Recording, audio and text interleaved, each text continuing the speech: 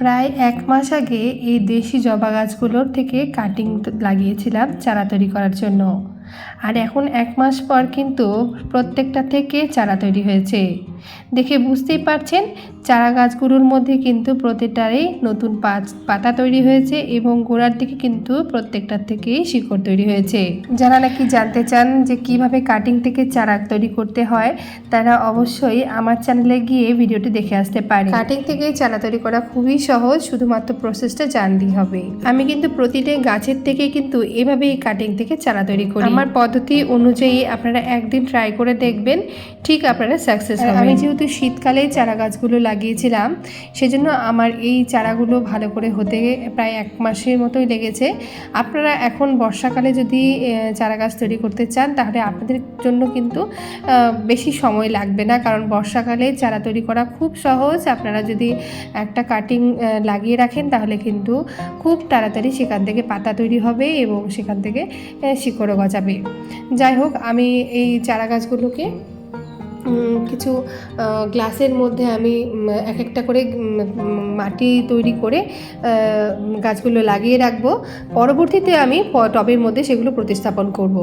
আর যেহেতু মাটি তৈরি করে ওটার মধ্যে গ্লাসের মধ্যে কিছুটা মাটি নিয়ে লাগিয়ে রাখবো, সেই জন্য আমি মাটির মধ্যে শুধুমাত্র ভার্মি কম্পোস্ট মিশিয়ে কিন্তু কোনো সার ইউজ করলাম না। শুধুমাত্র ভার্মি কম্পোস্ট মিশিয়ে গ্লাসগুলো তলার দিকে একটু ছিদ্র করে নিয়েছি, যাতে জল দিলে সেটা ড্রেন সিস্টেম করেছি, যাতে জল দিলে সেটা বেরিয়ে যায়, পর্যাপ্ত জল মাটির মধ্যে থেকে বাকি জলটা ড্রেন সিস্টেমে বেরিয়ে যায়। যেটা টবের ক্ষেত্রে আমরা প্রতিটা টবের ক্ষেত্রে আমরা করি, সেভাবে করে কিন্তু আমি মাটি আর ভার্মি কম্পোস্ট মিশিয়ে এক একটা করে ডাল আমি লাগিয়ে রাখছি। এগুলোকে আমি একবারে টবে না দেওয়ার কারণ হলো, যেহেতু এগুলো একদম নতুন চারা গাছ, সেগুলো একবারে যদি আমরা টবে প্রতিস্থাপন করে দিই, তাহলে এগুলোকে বাড়তে একটু সময় লাগবে। তার জন্য আমি কিছুদিন এগুলোকে মিনিমাম 1 থেকে 1.5 মাস এভাবে গ্লাসের মধ্যে রেখে দেব। তাহলে ওরা একদম গাছের মধ্যে গাছ মানে এখান থেকে অল্প মাটিতে একটু ভালো সেট হয়ে যাবে। তারপর আমি কিন্তু পরবর্তীতে বড় টবের মধ্যে কিন্তু আমি গাছগুলোকে প্রতিস্থাপন করব। আর আমি অনেকগুলো চারা গাছ তৈরি করেছি। যদি আপনাদের কারো মনে হয় যে আমার কাছ থেকে চারা নেবেন, তাহলে অবশ্যই আমার সাথে যোগাযোগ করবেন।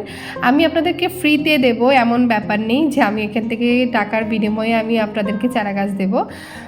আপনাদেরকে আমি ফ্রিতেই চারা গাছ দেব, কিন্তু আমার সমস্যা একটাই, আমি কিন্তু দিয়ে আসতে পারবো না। যার প্রয়োজন আমাকে অবশ্যই আমাদের বাড়িতে এসে আমার কাছ থেকে চারা গাছ নিতে পারবেন। আর আমি কোনো গাছের ব্যবসা করি না, আমি গাছকে ভালোবাসি, তাই গাছ লাগাই। আর আপনারাও গাছ ভালোবাসুন, আমি এটাই চাই। যাই হোক, এতগুলো কিন্তু দেশি জবা গাছের ডাল আমি লাগিয়েছিলাম, প্রত্যেকটাই বেঁচেছে। আর সেগুলো প্রত্যেকটাকে আমি প্রতিটা গ্লাসের মধ্যে করে আলাদা আলাদা করে সেট করে রেখে দিয়েছি। আর এগুলো প্রত্যেকটাই আলাদা আলাদা ভ্যারাইটির জবা। যাই হোক, আজকের ভিডিওটা এই পর্যন্তই। গাছকে ভালোবাসুন, গাছকে ভালোবাসা দিন, দেখবেন আপনিও ভালোবাসা পাবেন। ভালো থাকবেন।